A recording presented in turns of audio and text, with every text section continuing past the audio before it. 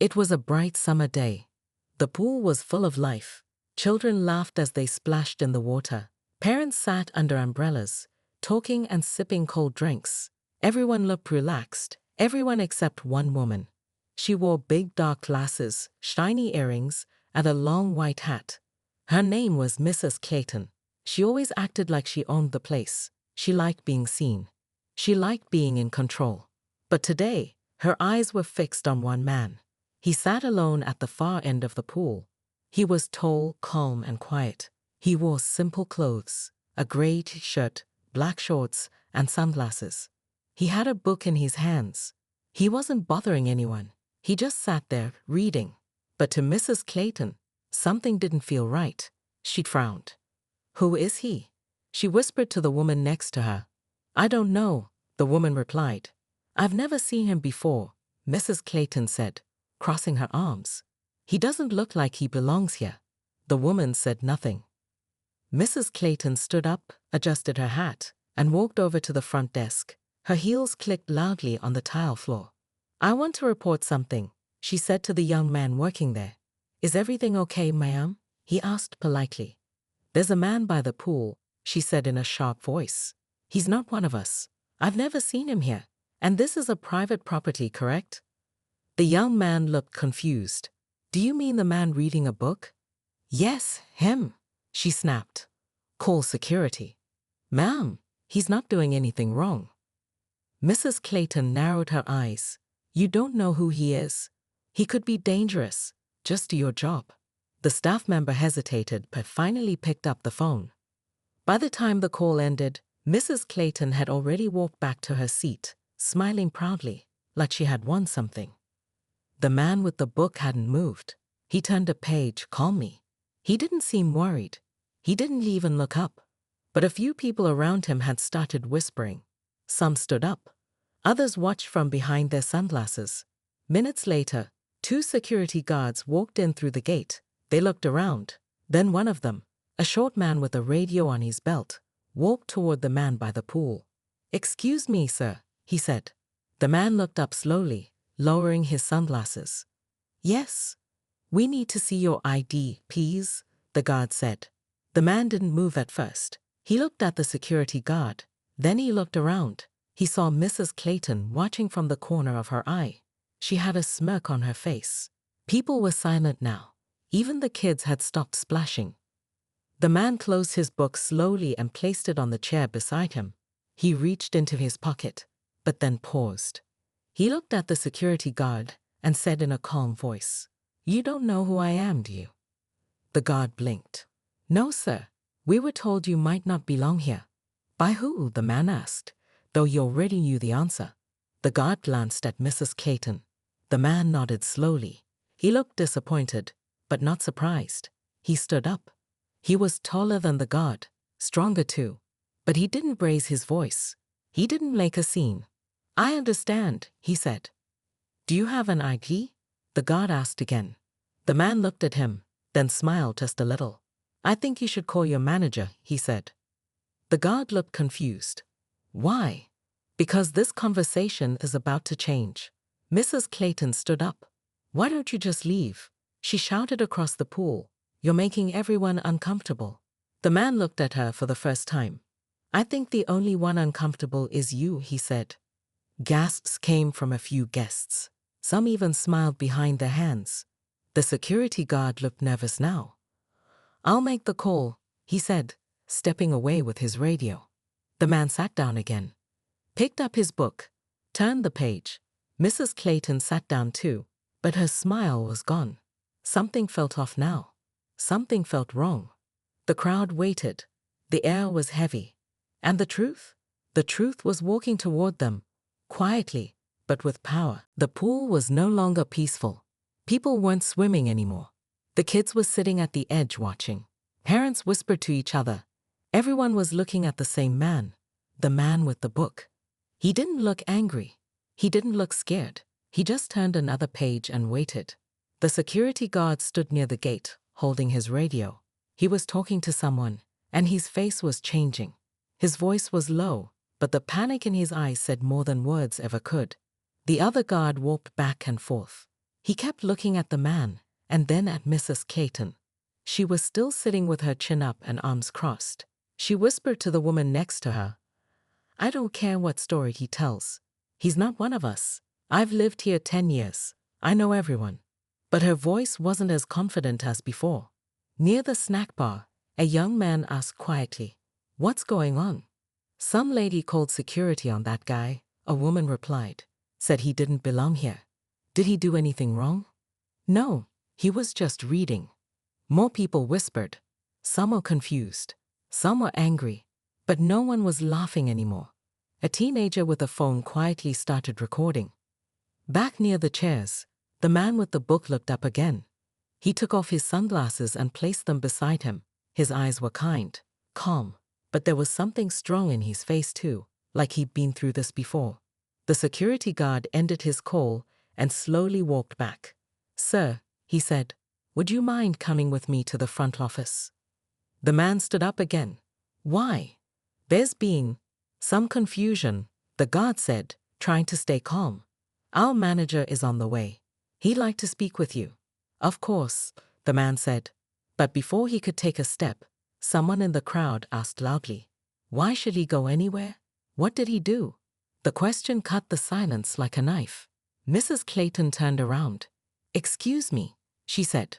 "I'm the one who asked for security. This man, he's a stranger." The crowd looked at her. One woman replied, "You don't know his name. You don't know his story. But you called the guards." "He doesn't live here," Mrs. Clayton snapped. "This is a private place. We have rules." The man stayed silent. He stood tall but peaceful. Another man from the crowd stepped forward. "Maybe you should stop speaking for all of us," he told Mrs. Clayton. "You might be wrong." She looked shocked. "Wrong? Me?" Just then, the front office door opened. A young woman in a green polo shirt came running toward them. She was the assistant manager. "Where is he?" she'd asked the guard. "Where's Mr. Daniels?" The guard pointed. "That's him." She looked at the man and her eyes went wide. "Sir, I am so sorry. I had no idea." Mrs. Clayton stood up. "Wait, what did you call him?" The assistant manager turned. "Mr. Daniels. He owns this property." Gasps spread through the crowd. Mrs. Clayton's mouth opened, but no sound came out. The man, Mr. Daniels, just looked at her. Quiet, calm. I thought," Mrs. Clayton whispered. "You thought I was a problem," he said softly, "because I didn't look like you expected." Mrs. Clayton's face turned red. "But you can't be the owner," she said. "Why not?" Mr. Daniels asked. No one answered. The assistant manager stepped forward again. "Mr. Daniels bought this property 6 months ago. He's the reason this pool is even open right now." People started murmuring. "That's him. He owns all of this." And she called security on him. Mrs. Clayton sat down. Slowly, quietly. Mr. Daniels turned to the security guard. "Thank you for staying professional. I'll handle it from here."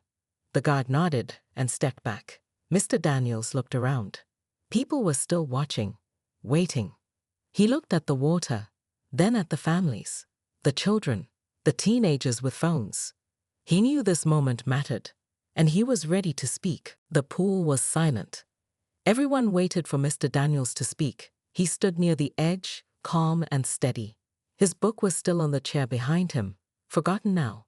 His eyes slowly moved across the crowd. He saw curious faces, worried faces, and one face full of shame, Mrs. Clayton.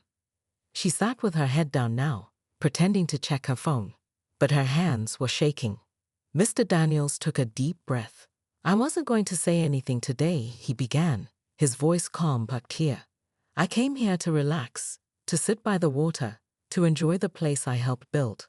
People listened carefully. But then, he continued, "Someone saw me and decided I didn't belong." No one spoke. Even the wind seemed to stop. She didn't ask my name. She didn't ask what I was doing. She just looked at me and called security. A few people turned and looked at Mrs. Clayton. She didn't meet their eyes. Mr. Daniels paused. "This isn't the first time something like this has happened to me," he said. "And sadly, it probably won't be the last." But I'm not angry today. I'm just disappointed. A small girl sitting with her mom raised her hand, like it was a classroom. Mister, do you really own this place? She asked. Mr. Daniels smiled softly. Yes, I do. The girl's eyes grew wide. Even the snack bar? He chuckled gently. Even the snack bar. The crowd let out soft laughter. The tension broke just a little. One man near the chairs asked, Why didn't you tell us? Why didn't you say who you were right away? Mr. Daniels nodded. Good question. I didn't say anything because I wanted to be treated like everyone else. Not as the owner. Not as someone with power. Just a person. People looked at one another, thinking deeply now. Mrs. Clayton finally stood up. She was pale. Her voice was low. I didn't know. I thought. You thought I didn't belong, Mr. Daniels said, finishing her sentence kindly, not harshly. She looked embarrassed. I'm sorry. Mr. Daniels looked at her for a moment, then nodded slowly. Thank you. I accept your apology. She blinked in surprise. She didn't expect kindness. But he added, maybe it's time we all think before we judge. Not just here, everywhere. The crowd was quiet again, not with tension, but with respect. Mr. Daniels turned to the assistant manager. Can you call the full staff for a quick meeting here at the pool? Right now, she asked. Yes, he said. Right now. She hurried off. People were curious again. What is he doing? Someone whispered. I think he's about to shake things up, another said. 15 minutes later, all the pool staff had arrived. Lifeguards, snack bar workers, maintenance crew, everyone. Mr. Daniels stood in front of them, facing both the crowd and his team. I want everyone to hear this, he said. Not because I'm upset, but because I care about this place, and I care about how we treat people here. The staff nodded. Many of them looked nervous. From now on, Mr. Daniels continued, no guest will be judged based on how they look, speak, or dress. Every person deserves kindness.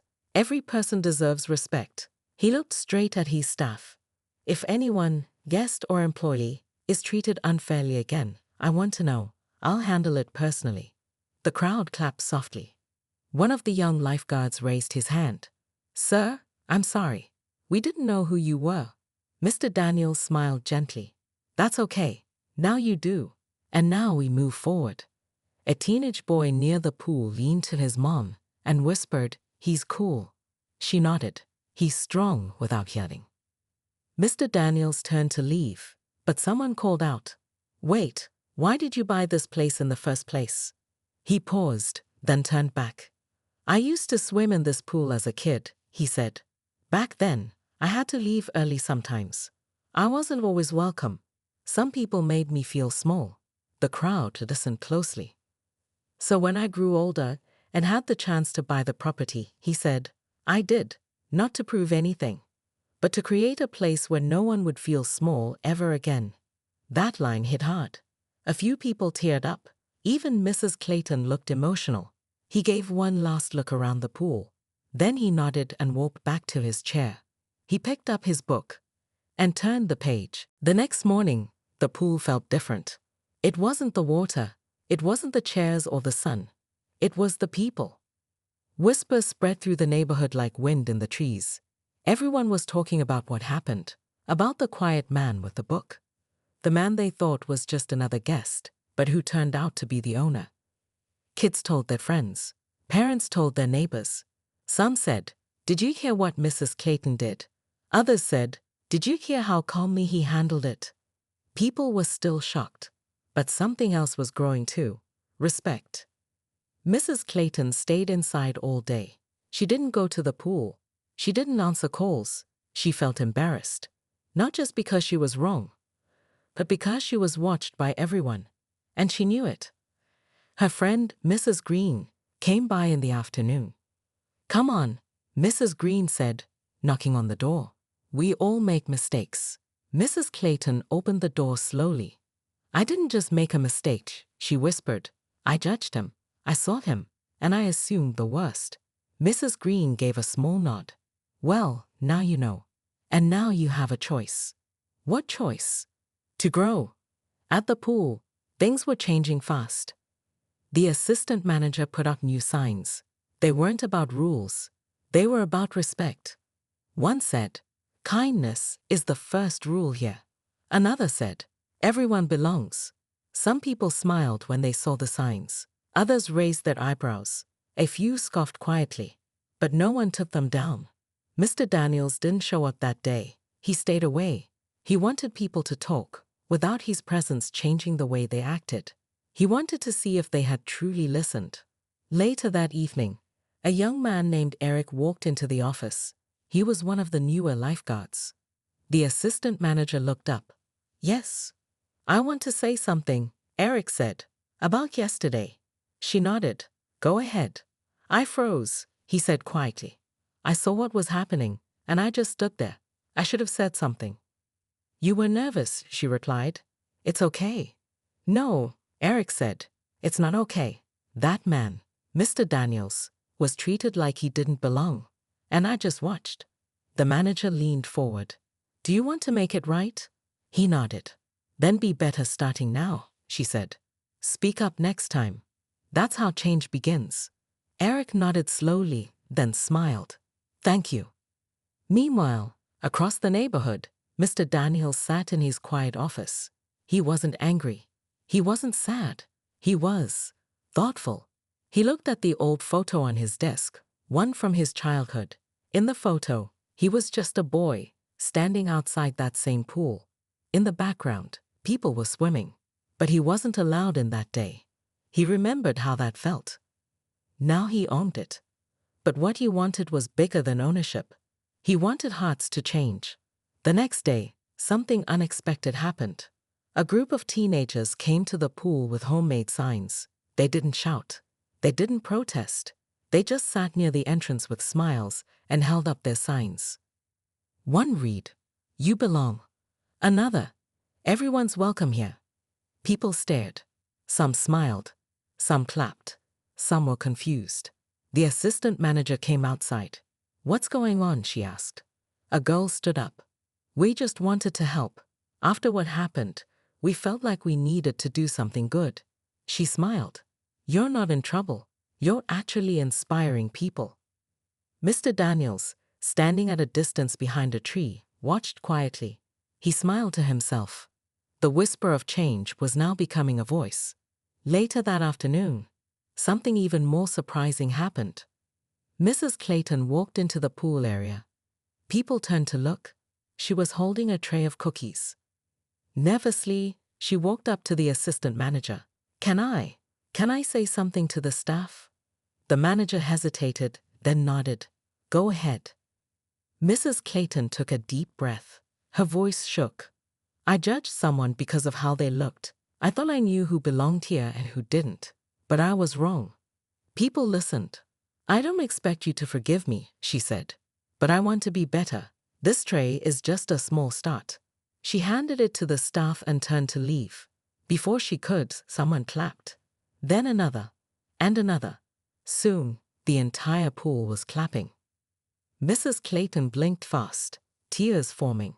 She gave a small smile and walked away. Mr. Daniels watched it all. He didn't step in.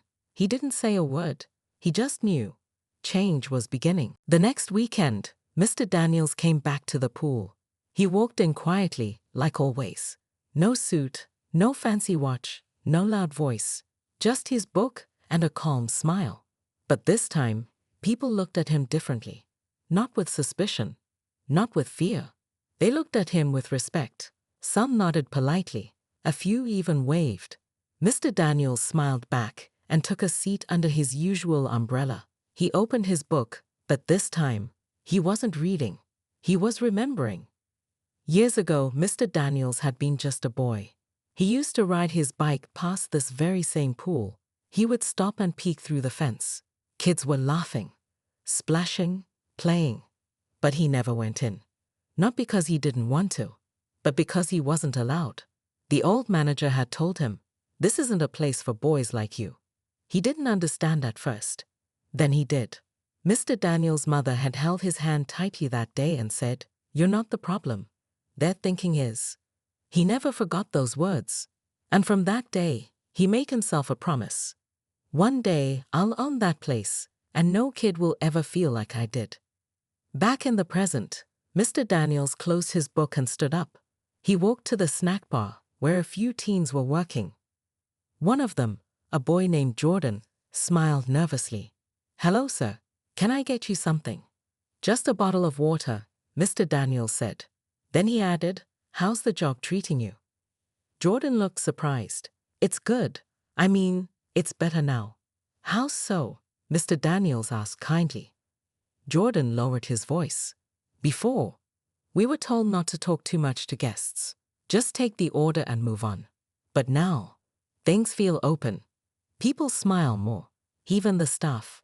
It's like we're part of it." Mr. Daniels smiled warmly. "That's exactly how it should feel." Later that day, the assistant manager walked over to Mr. Daniels with a clipboard. "Sir, I was wondering, would you be open to sharing your story? You know, with the community. Maybe a small event by the pool?" Mr. Daniels raised an eyebrow. "Why now?" "Because people are listening," she said, "and they need to hear it from you." He looked around. Children were playing. Families were relaxing. Even Mrs. Clayton had returned, this time helping pass out towels near the gate. Maybe it was time. That Friday, the staff put up signs. "Community night. Come hear the story behind the pool," with special guest, Mr. Daniels, the owner. At first, only a few people signed up, but word spread fast. By Saturday morning, almost every family in the neighborhood had RSVP'd. The night arrived. Lights were strung across the pool area. Chairs were set up neatly in rows. Kids had glow sticks. The snack bar was giving out free lemonade. And then, Mr. Daniels walked to the front. He stood behind a small wooden table. No mic, no big speech, just his voice. "Thank you all for coming," he began. "I'm not a speaker. I'm not a celebrity. I'm just a man who made a promise to his younger self." The crowd leaned in. He told them about his childhood, about being turned away, about feeling small, and about the promise that kept him going. "I didn't buy this place for money," he said. "I bought it to fix a memory. I bought it so no child would feel like they didn't belong." He paused. "I bought it so that one day, a kid like me would walk in here and feel like this place was already his." Some people had tears in their eyes. A young black boy in the front row held his mother's hand tightly. She wiped a tear from her cheek. Mr. Daniels smiled at him. "I see you," he said softly. After the speech, people lined up to shake his hand, to thank him, to say they were sorry for what had happened, for what they didn't know. One older man said, "I was raised to think differently, but you changed something in me tonight." Mr. Daniels nodded. "That's all I ever wanted." Later that night, as the pool lights reflected on the water, the assistant manager walked up to him. "That was powerful," she said. "You didn't just build a pool, you built a community." Mr. Daniels looked around and nodded slowly. "No," he said. "They built it. I just opened the door." The next few days were different. Something had shifted. People weren't just talking about Mr. Daniels anymore. They were learning from him. Kids asked questions. Parents told stories. And the staff started walking a little taller. The pool wasn't just a pool now. It had become a place of change. On Monday, Jordan, the teen who worked at the snack bar, came up to Mr. Daniels with a shy smile. "Sir," he said, "some of us had an idea." Mr. Daniels looked up from his book. "Go on. We want to start a club, a place where people can talk, learn, maybe even share their own stories." Mr. Daniels raised an eyebrow. "Like a youth group?" Jordan nodded. "But not just for youth, for everyone." He handed Mr. Daniels a paper. At the top, in big bold letters, it said, "The Open Circle, where everyone's voice matters." Mr. Daniels smiled wide. "I love it," he said. "Make it happen." The next weekend, something big happened. A young girl named Naomi, about 10 years old, stepped into the pool area with her father. It was her first time visiting. She was quiet, nervous. Her father held her hand tightly. Naomi had been to other pools before. At one, someone had said, "You can't swim here." At another, someone asked if she was lost. So she stopped going. Until now. Jordan saw her. He walked over with a friendly smile. "Hi, I'm Jordan. You new here?" Naomi nodded, barely whispering, "Yes." "Well, welcome," he said cheerfully. "We're glad you came." Then, without saying much else, he grabbed a beach ball and tossed it gently toward her feet. She looked up, startled. Jordan winked. "Bet you can't beat me in pool basketball." Naomi giggled for the first time all day. Within minutes, she was in the water, laughing, splashing, and belonging. Her father sat on the side, watching with tears in his eyes. Mr. Daniels stood a few feet away, watching too. He didn't interrupt. He didn't speak. He just watched the ripple of change, spreading quietly, beautifully. That was the bigger splash he always hoped for. Meanwhile, something else was happening behind the scenes.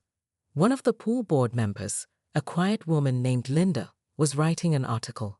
She had been at the community night and was deeply moved. The article was titled, "From Pain to Purpose: How One Man Changed Our Neighborhood." She sent it to the local paper, then to a few online blogs. She didn't expect much.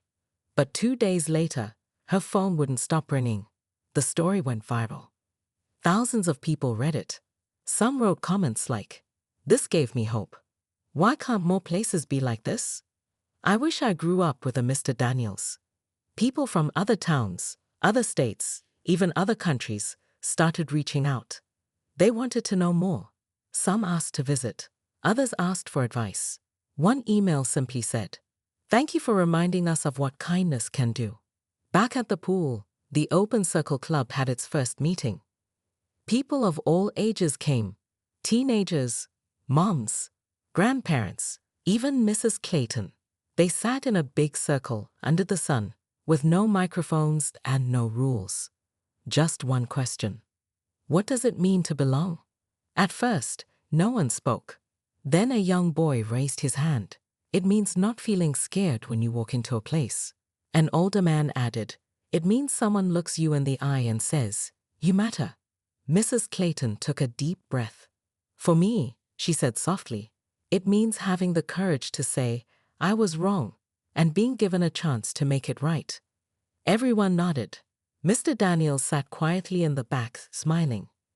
That evening, as the sun set behind the trees, a reporter came to visit.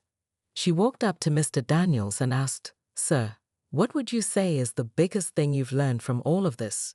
Mr. Daniels thought for a moment. Then he said, "You don't always need power to create change. Sometimes, you just need to stay. Stay calm. Stay kind. Stay standing." The reporter wrote it down slowly, word by word. "Beautiful," she whispered. Later that night, Mr. Daniels walked to the edge of the pool. He looked into the water, still and calm. Then he whispered to himself, This is what healing looks like." It was a warm Sunday afternoon. Families filled the poolside. Laughter echoed across the water. Kids splashed. Music played softly. Everything felt peaceful, natural.